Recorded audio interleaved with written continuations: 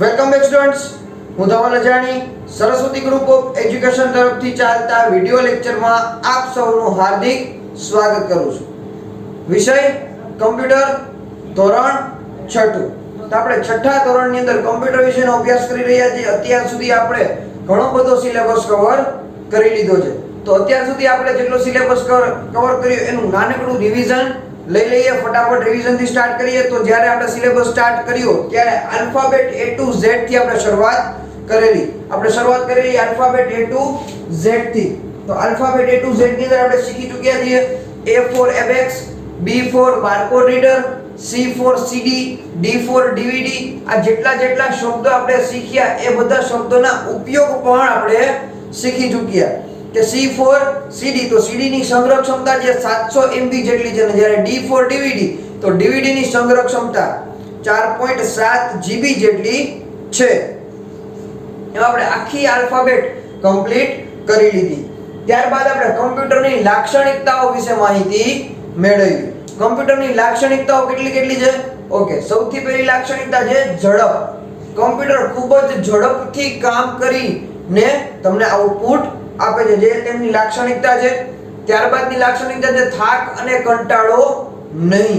બરોબર, કમ્પ્યુટરને તમે ગમે એટલું કામ આપો, ગમે એટલું વર્કલોડ આપો, તો એ કંટાળતું નથી, થાકતું નથી અને કંટાળતું પણ નથી. કમ્પ્યુટરને તમે ગમે એટલા સરવાળા, બાદબાકી, ગુણાકાર, ભાગાકાર કે ગાણિતિક પ્રક્રિયાઓ કરવા માટે આપો, તો એ ખૂબ જ ઝડપથી અને થાક કે કંટાળો આવ્યા વગર કામ કરશે. ત્યારબાદની લાક્ષણિકતા છે ચોકસાઈ. ચોકસાઈ એટલે 100% એક્યુરેસી. કમ્પ્યુટર તમને સારામાં સારી રીતે ચોકસાઈપૂર્વક કામ કરેલું આઉટપુટ મળશે. કમ્પ્યુટરની અંદર ખૂબ જ વ્યવસ્થિત રીતે આઉટપુટ તમને જોવા મળશે. કમ્પ્યુટરના આઉટપુટની અંદર ક્યારે ભૂલ આવવાની શક્યતા છે? વિચારો. યસ, જો તમે ખોટી માહિતી ઇન્સર્ટ કરેલી હોય તો, જો તમે ખોટી માહિતી ઇન્સર્ટ કરો છો તો ને તો જ તમને આઉટપુટ ભૂલ ભરેલું જોવા મળશે. બાકી 100% એક્યુરેટ આઉટપુટ તમને કમ્પ્યુટર આપે છે. ત્યારબાદનો પોઈન્ટ છે પુનરાવર્તન. કમ્પ્યુટર પાસે કોઈ કામ જે વારંવાર કરાવવું હોય, કોઈ ગણતરી જે વારંવાર કરાવવી હોય, બરાબર, તો એ પુનરાવર્તનની ક્ષમતા ધરાવે છે. વારંવાર એકને એક કામ કરવાનું, એકને એક કામ એટલે કોઈ ગણતરી કરવાની હોય. જેમ કે વિદ્યાર્થીનું રિઝલ્ટ બનાવવું. રિઝલ્ટ બનાવવામાં સિમ્પલ પ્રોસેસ હોય કે તમારા એક વિદ્યાર્થીનું રિઝલ્ટ બનાવવું હોય તો એના જેટલા ટોટલ માર્ક છે એનો સરવાળો કરવાનો, એના ઉપરથી ટકાવારીની ગણતરી કરવાની અને વિદ્યાર્થીને રેન્ક આપવાનો. હવે એક વિદ્યાર્થીની જ્યારે રિઝલ્ટ બનાવવાનું છે ત્યારે એનું શું કરવાનું? તો કે બધા સબ્જેક્ટના માર્કનો ટોટલ કરવાનો, એના પર્સન્ટેજ કાઢવાના અને એમને ગ્રેડિંગમાં કન્વર્ટ કરવાનું. પણ જ્યારે 5 લાખ વિદ્યાર્થીઓ માટે આ કામ કરવાનું થાય તો જે એક વિદ્યાર્થી માટે કામ કર્યું હતું એનું પુનરાવર્તન ક્યાં સુધી કરવાનું રહેશે? 5 લાખ વાર. આટલી વાર રિવિઝન એકને એક કામ છે કે બધા વિદ્યાર્થીઓના માર્ક મેળવો, ટોટલ કરો, પર્સન્ટેજ કાઢો, ગ્રેડિંગ આપો.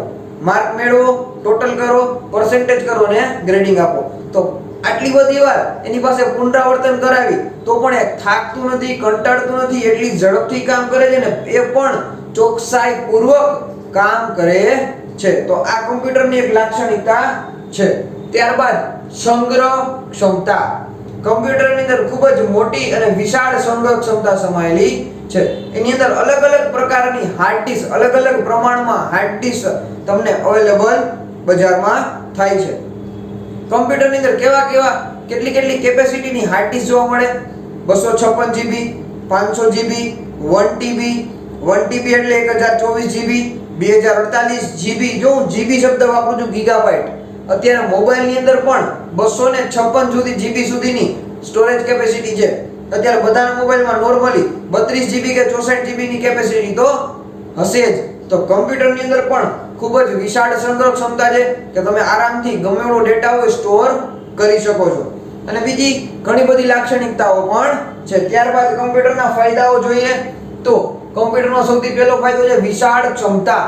કમ્પ્યુટરની અંદર વિશાળ ક્ષમતા હોવાને કારણે તમે સરળતાથી ખૂબ જ મોટો ડેટાને સાચવી શકો. છો. ત્યારબાદ વધુ સારી સેવા આપવી એ પણ કમ્પ્યુટરનો એક ફાયદો છે. સારામાં સારી રીતે કામ કરી શકે. કમ્પ્યુટર સારામાં સારી રીતે કામ કરી શકે છે. ત્યારબાદ છે શિક્ષણ. કમ્પ્યુટરનો એક ફાયદો છે શિક્ષણ ની અંદર કમ્પ્યુટરનો ખૂબ જ ઉપયોગ થાય છે એજ્યુકેશન પર્પઝમાં. તમે જોઈ જ રહ્યા છો કે કમ્પ્યુટર લેબની અંદર અલગ અલગ કમ્પ્યુટર્સ આપેલા હોય છે જેના દ્વારા તમને અલગ અલગ સોફ્ટવેર શીખવાડવામાં આવે, તો એ પણ કમ્પ્યુટરનો એક ફાયદો છે. ત્યારબાદ બધાનું ફેવરિટ એટલે કે મનોરંજન.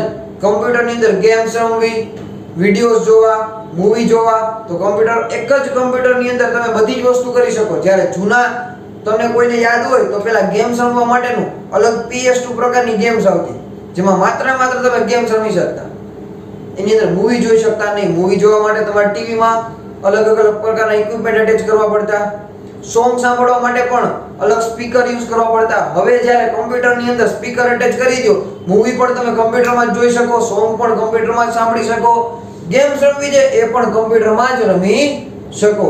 કોઈ અલગ સાધન વસાવવાની જરૂર પડતી નથી. તો ચાલો કમ્પ્યુટરના ફાયદા જોઈ લીધા. હવે વાત કરી કમ્પ્યુટરના ઇતિહાસની. તો કમ્પ્યુટરના ઇતિહાસની અંદર સૌથી પહેલું તો કે એબેક્સ. એબેક્સ એટલે શું? તો એબેક્સ એટલે કે મણકા ઘોડી. એબેક્સ છે મણકા ઘોડી છે અને આપણે આલ્ફાબેટ A to Z માં પણ એબેક્સ A for એબેક્સ વિશે માહિતી મેળવી ચૂક્યા. શોર્ટમાં જે પણ માહિતી મેળવી લઈએ તો A for એબેક્સ, એબેક્સની શોધ આશરે 5000 વર્ષ પહેલા ચીનમાં થઈ હતી.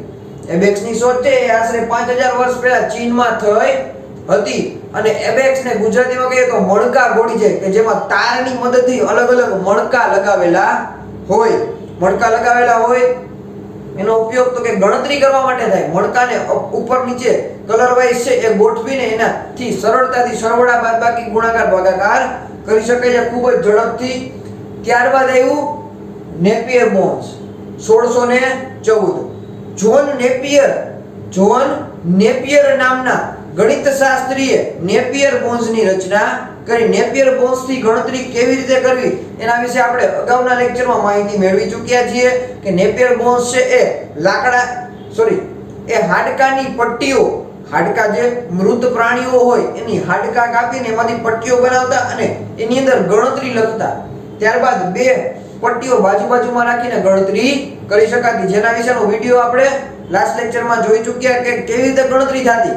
લાસ્ટ ટુ લાસ્ટ લેક્ચરમાં જ્યારે જોન નેપિયર વિશે આપણે માહિતી મેળવી ત્યારે મેં તમને ગુણાકાર કરીને પણ બતાવ્યો હતો કે નેપિયર બોન્સની મદદથી આજે પણ તમે સરળતાથી ગુણાકાર કરી શકો. તો આજે નેપિયર બોન્સ છે 1614 માં ઠેઠ બનાવવામાં આવ્યો. વિચારો આજથી ઘણા વર્ષો પહેલા સરળતાથી ગણતરી કરી શકતા. આપણે હજી ઘણીવાર લાંબા આંકડા મોટા આંકડાની ગણતરી હોય તો પણ આપણે ભૂલ કરીએ છીએ. નેપિયર બોન્સથી તમે ગણતરી કરો સરળતાથી ગણતરી કરી શકાય. ત્યારબાદ છે સ્લાઇડ રૂલ 1620 માં વિલિયમ ઓટ્રીડ નામના વ્યક્તિએ સ્લાઇડ રૂલની શોધ કરી. સ્લાઇડ રૂલની અંદર બે પટ્ટીઓ રાખવામાં આવતી. લાકડાની પટ્ટીઓ એક પટ્ટી ઉપર બીજી પટ્ટી સરકાવીને ગણતરી કરી શકાતી હતી. આની મદદથી સરળતાથી સરવાળા બાદબાકી ગુણાકાર ભાગાકાર કરી શકાતા હતા. હવે જ્યારે સ્લાઇડ રૂલ છે એનો ઉપયોગ વૈજ્ઞાનિકોએ અને ગણિતશાસ્ત્રીઓએ આશરે 300 વર્ષ સુધી કરી. જ્યાં સુધી ઇલેક્ટ્રોનિક કેલ્ક્યુલેટરની શોધ ના થઈ ત્યાં સુધી ગણિતશાસ્ત્રી અને વૈજ્ઞાનિકો આની યુઝ કરતા રહ્યા. ત્યારબાદ છે પાસ્કલાઇન. બ્લેઝ પાસ્કલ નામના વ્યક્તિએ પાસ્કલાઇનની શોધ કરી 1642 માં. 1642 માં બ્લેઝ પાસ્કલે પાસ્કલાઇનની શોધ કરી. ત્યારબાદ મલ્ટીપ્લાયર વ્હીલ 1674. ગોટફ્રીડ લિમ્બનીઝ નામના વ્યક્તિએ મલ્ટીપ્લાયર વ્હીલની રચના કરી. મલ્ટીપ્લાયર વ્હીલમાં શું હતું તો કે મલ્ટીપ્લાયર વ્હીલની અંદર અલગ અલગ પ્રકારના વ્હીલ હતા. એ વ્હીલ ફેરવીને એના મદદથી ગુણાકાર કરવામાં આવતા. ગોટફ્રીડ લિમ્બનીઝ નામના વ્યક્તિએ 1674 માં મલ્ટીપ્લાયર વ્હીલની રચના કરી. ત્યારબાદ એનાલિટિક એન્જિન. ત્યારબાદ શું આવ્યું? એનાલિટિક એન્જિનની રચના કોણે કરી? કોણે કરી? રિપીટ કરો. એનાલિટિક એન્જિન ચાર્લ્સ બેબેજે એનાલિટિક એન્જિનની રચના કરી. ક્યારે? 1834 માં. ચાર્લ્સ બેબેજે 1834 માં એનાલિટિક એન્જિનની રચના કરી. હવે જ્યારે આપણે એનાલિટિક એન્જિન વિશે માહિતી મેળવી ત્યારે આપણે ઘણી બધી વાત કરી હતી કે એને શું કામ એનાલિટિક એન્જિન બનાવ્યું, એની પહેલા એને શું બનાવ્યું હતું અને એને એનાલિટિક એન્જિનનું કામ જે અધૂરું રહી ગયું હતું, જે એનાલિટિક એન્જિન બનાવવાનું કામ હતું એ અધૂરું રહી ગયું હતું. શું કામ? તો કે ફાઇનાન્શિયલ પોઝિશન નહોતી, એની પાસે પૂરતું ભંડોળ હોતું નહીં, તે જેથી એનું કામ અટકી ગયું. એને બ્રિટિશ સરકાર પાસે ભંડોળ માટેની માંગણી પણ કરી, પણ બ્રિટિશ સરકારે એમને રૂપિયા આપવાની ના પાડી દીધી, પૈસા આપવાની ના પાડી દીધી, જેથી એનું કામ અધૂરું રહી ગયું. બરોબર, એના વિશે આપણે માહિતી મેળવી ચૂક્યા છીએ. ત્યારબાદ છે પંચ્ડ કાર્ડ. 1890 માં હર્માન હોલોરિથ નામના વ્યક્તિએ પંચ કાર્ડની શોધ કરી. પંચ કાર્ડની અંદર એક કડક કાગળની અંદર તીના પાડીને એટલે કે અલગ અલગ જગ્યાએ ડોટ્સ કરીને પંચ કાર્ડને ઇનપુટ આપવામાં આવતું ને જેના મદદથી આઉટપુટ આપણને મળતું. તો પંચ કાર્ડ વિશે બધાને માહિતી મેળવી ગઈ. હવે આપણે વાત કરીએ પ્રથમ પેઢીના કમ્પ્યુટર, ઈસવીસન 1940 થી 1950. હવે 1920 ની અંદર વેક્યુમ ટ્યુબની શોધ થઈ. ઈસવીસન 1920 ની અંદર વેક્યુમ ટ્યુબની શોધ કરવામાં આવી. હવે જ્યારે વેક્યુમ ટ્યુબની શોધ થઈ ત્યારબાદ જેપી એક્ટ અને જોન મોકલી આ બંને વ્યક્તિઓએ વેક્યુમ ટ્યુબનો ઉપયોગ કરીને એનિયાક બનાવવાની શરૂઆત કરી. સેન્ટેન્સ રિપીટ કરું છું. ઈસવીસન 1920 ની અંદર વેક્યુમ ટ્યુબની શોધ થઈ.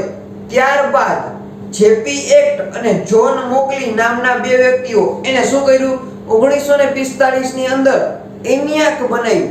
હવે એનિયાક છે એ પ્રથમ કમ્પ્યુટર એટલે કે કમ્પ્યુટર યુગનો પાયો કહેવાય. બરોબર, કમ્પ્યુટર યુગનો પાયો કે ત્યારથી ધીમે ધીમે કમ્પ્યુટર બનવાની શરૂઆત થઈ. કે હવે એવું કહી શકાય કે ધીમે ધીમે આમાં કંઈક વધારે પડતી પ્રગતિ થશે. એનિયાક બનાવ્યું. હવે એનિયાકની અંદર આશરે 18,000 જેટલી વેક્યુમ ટ્યુબનો ઉપયોગ થતો હતો. હવે આટલી બધી વેક્યુમ ટ્યુબનો ઉપયોગ થતો હોય તો સ્વાભાવિક છે કે વીજળીનો વપરાશ પણ વધારે થાય. તો 18,000 વેક્યુમ ટ્યુબનો ઉપયોગ થતો હોય તો વીજળીનો વપરાશ પણ વધારે થતો હતો. વધારે વીજળીનો વપરાશ થતો હતો. વધારે વીજળીનો વપરાશ તો થતો જ હતો, પણ સાથે સાથે શું થતું હતું તો કે ગરમી ઉત્પન્ન થતી હતી ખૂબ જ મોટી માત્રામાં. હવે 18,000 વેક્યુમ ટ્યુબ હોય, તમે આપણે લાસ્ટ લેક્ચરમાં એક્ઝામ્પલ લીધું હતું કે જો તમે માત્ર ને માત્ર અમુક હજારની ટ્યુબલાઇટ્સ લાઈનમાં ગોઠવો તો પણ તમારે ખૂબ મોટી માત્રામાં વીજળી તો જોઈએ જ, સાથે જગ્યા પણ જોઈએ, ખૂબ મોટી માત્રામાં જગ્યા જોઈએ. તો હવે એવી જ રીતે જ્યારે 18,000 વેક્યુમ ટ્યુબ હોય તો ખૂબ જ મોટી માત્રામાં જગ્યાની જરૂર પડતી. 18,000 વેક્યુમ ટ્યુબ હોય એટલી બધી વેક્યુમ ટ્યુબને સંભાળવા માટે ખૂબ વિશાળ જગ્યા જોતી, જેથી એવું કહી શકાય કે એનિયાક છે એ ખૂબ મોટા ઓરડા જેટલી જગ્યા રોકતું હતું. એનિયાક છે એ ખૂબ મોટા ઓરડા જેટલી જગ્યા રોકતું હતું. હવે એટલી બધી વેક્યુમ ટ્યુબ હતી, એ બધું વર્કઆઉટ કરતું.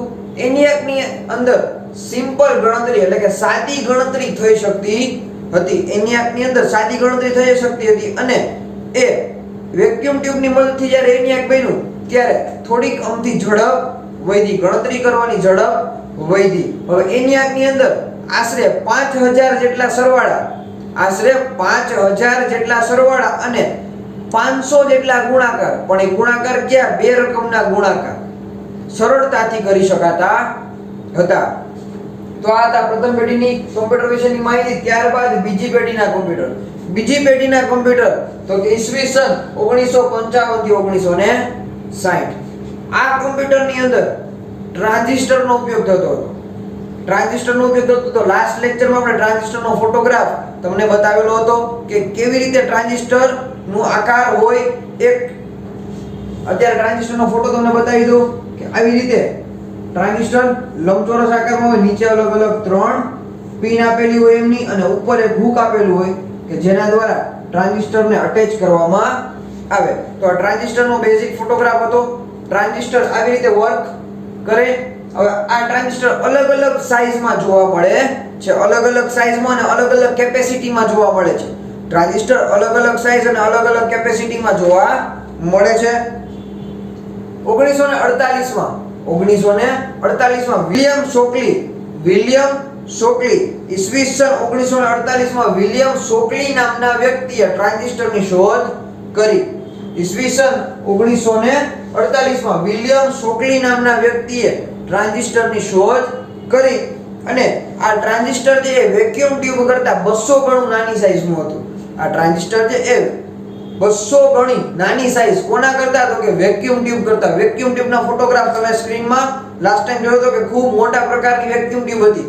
હવે અત્યારે જે ટ્રાન્ઝિસ્ટર છે એ આવડી ગમતી સાઈઝમાં જોવા મળે છે. આ પેનનું જે ઢાંકણું છે એના કરતા પણ નાની સાઈઝમાં વેક્યુમ ટ્રાન્ઝિસ્ટર જોવા મળે છે. આ પેનના ઢાંકણાની સાઈઝના ટ્રાન્ઝિસ્ટર જોવા મળે છે અને અત્યારે તો હજી એના કરતા પણ નાની સાઈઝના ટ્રાન્ઝિસ્ટર જોવા મળે છે. તો આ ટ્રાન્ઝિસ્ટર 200 ગણી નાની સાઈઝ હતી. સાઈઝ ઘટી ગઈ, વીજળીનો વપરાશ ઘટી ગયો, પણ કામ કરવાની ઝડપમાં ખૂબ જ વધારો થયો. હવે ત્યારબાદ આપણે ત્રીજી પેઢીના કમ્પ્યુટર વિશે વાત કરીએ તો ત્રીજી પેઢીના કમ્પ્યુટર 1958 માં જેક કિલ્બીએ ચિપની શોધ કરી. ચિપનો ફોટોગ્રાફ તમે સ્ક્રીનમાં જોઈ શકો છો આ બાજુ કે ચિપ આ પ્રકારની હોય છે. એમાં અલગ અલગ ચિપને ઇન્ટિગ્રેટેડ સર્કિટ આઈસી તરીકે પણ ઓળખવામાં આવે છે અને ચિપ પર ઘણા બધા ઘટકો બેસાડેલા હોય છે. રિપીટ કરી લઈએ.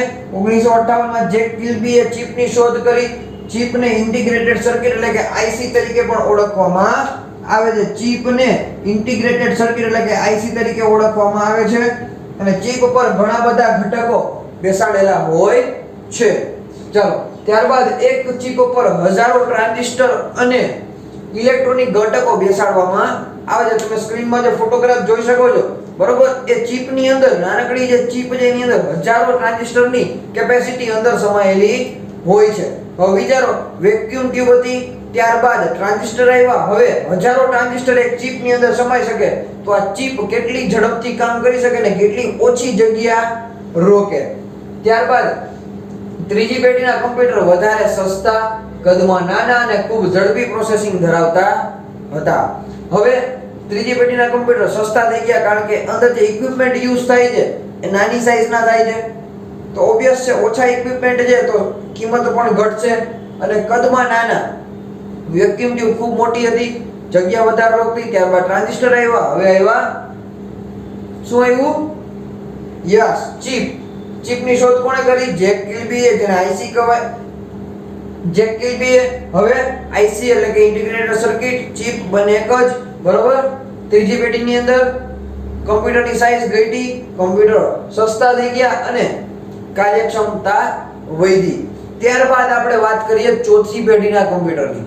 ચોથી પેઢીનું કમ્પ્યુટર. તો હવે આપણે ચોથી પેઢીના કમ્પ્યુટર વિશે માહિતી મેળવીએ. હવે ચોથી પેઢીના કમ્પ્યુટર વિશે માહિતી મેળવીએ તો ચોથી પેઢીના કમ્પ્યુટરની શરૂઆત 1971 માં કરવામાં આવી છે. હાલ હજી સુધી આપણે ચોથી પેઢીના કમ્પ્યુટરનો ઉપયોગ કરીએ છીએ. 1971 માં ચોથી પેઢીના કમ્પ્યુટરની શરૂઆત થઈ. હવે હાલ પણ આપણે ચોથી પેઢીના કમ્પ્યુટરનો ઉપયોગ કરીએ છીએ. VLSI એટલે કે very large scale integration. VLSI very large scale integration. Sentence repeat કરું છું.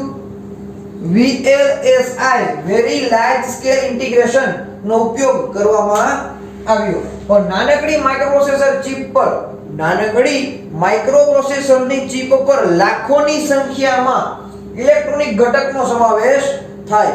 ત્રીજી પેઢીના કમ્પ્યુટરની અંદર હજારોની સંખ્યામાં થતા હતા માઇક્રોપ્રોસેસર ચિપ ઉપર, જ્યારે ચોથી પેઢીના કમ્પ્યુટરમાં લાખોની સંખ્યામાં એક નાનકડી ચિપની અંદર લાખોની સંખ્યામાં ઇલેક્ટ્રોનિક ઘટકનો સમાવેશ કરવામાં આવ્યો. નાનકડી માઇક્રોપ્રોસેસર ચિપ પર લાખોની સંખ્યામાં ઇલેક્ટ્રોનિક ઘટકોનો સમાવેશ કરવામાં આવ્યો. હવે આ માઇક્રોપ્રોસેસર ચિપ કોને બનાવી તો કે 1969 માં ટેડ હોફ નામના વ્યક્તિએ માઇક્રોપ્રોસેસર ચિપની શોધ કરી. 1969 માં ટેડ હોફ નામના વ્યક્તિએ માઇક્રોપ્રોસેસર ચિપની શોધ કરી. હવે માઇક્રોપ્રોસેસર ચિપ જે એ કમ્પ્યુટરના સમગ્ર કાર્યનું નિયંત્રણ કરે છે. માઇક્રોપ્રોસેસર જે ચિપ છે એ કમ્પ્યુટરના સમગ્ર કાર્યનું નિયંત્રણ કરે છે અને તે માનવ મગજની જેમ જ કામ કરે છે. આપણે જેવી રીતે કામ કરીએ છીએ એવી જ રીતે હા કમ્પ્યુટર વિચારી શકતું નથી, બાકી બધું જ કામ કરી શકે છે. આ કમ્પ્યુટર છે ચોથી પેઢીના, એને પીસી એટલે કે પર્સનલ કમ્પ્યુટર તરીકે ઓળખવામાં આવે છે.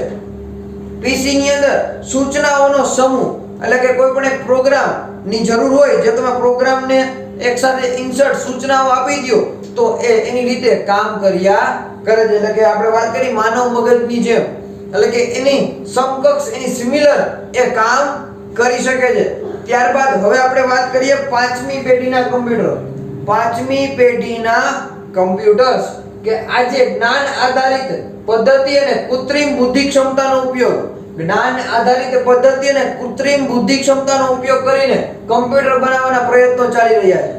એમાં થોડા ઘણા અંશે આપણે સફળતા પણ મેળવી ચૂક્યા છીએ. આપણે જે લખીએ, આપણે જે બોલીએ તે કમ્પ્યુટર વાંચી શકે અને સમજી શકે.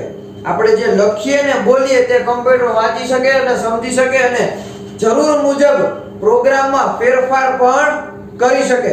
જરૂર મુજબ પ્રોગ્રામમાં ફેરફાર કરી શકે એ પાંચમી પેઢીના કમ્પ્યુટર. તો કે અત્યારે બધાને ખબર છે કે મોબાઈલની અંદર એલેક્સા નામની એપ્લિકેશન છે કે જેના દ્વારા તમે કમ્પ્યુટરને સૂચના એટલે કે તમે મોબાઈલને કંઈક સૂચના આપી શકો.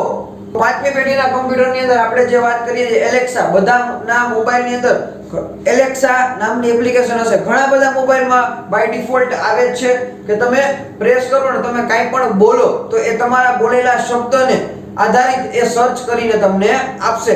એક્ઝામ્પલ તરીકે તમારે એવું કહેવું પડે કે મેક અ કોલ, એટલે કે મારે કોલ લગાવવો છે અને તમે જે વ્યક્તિનું નામ મોબાઈલમાં સેવ કરેલું હોય એ વ્યક્તિનું તમે નામ બોલશો એટલે તરત એમને કોલ લાગી જશે. એવી જ રીતે ગૂગલની પણ સર્વિસ આવે છે. ગૂગલની જે સર્વિસ છે બધાના મોબાઈલમાં અવેલેબલ હોય જ છે, બરોબર. તમારે હોમ મેનુ છે એક ધારું પ્રેસ કરી રાખવાનું અને તમે કાંઈ પણ બોલો તો એ પ્રમાણે તમને સર્ચ કરીને આપશે. તો આ બધી વસ્તુ પાંચમી પેઢીના કમ્પ્યુટરની અંદર સમાવેશ થાય છે.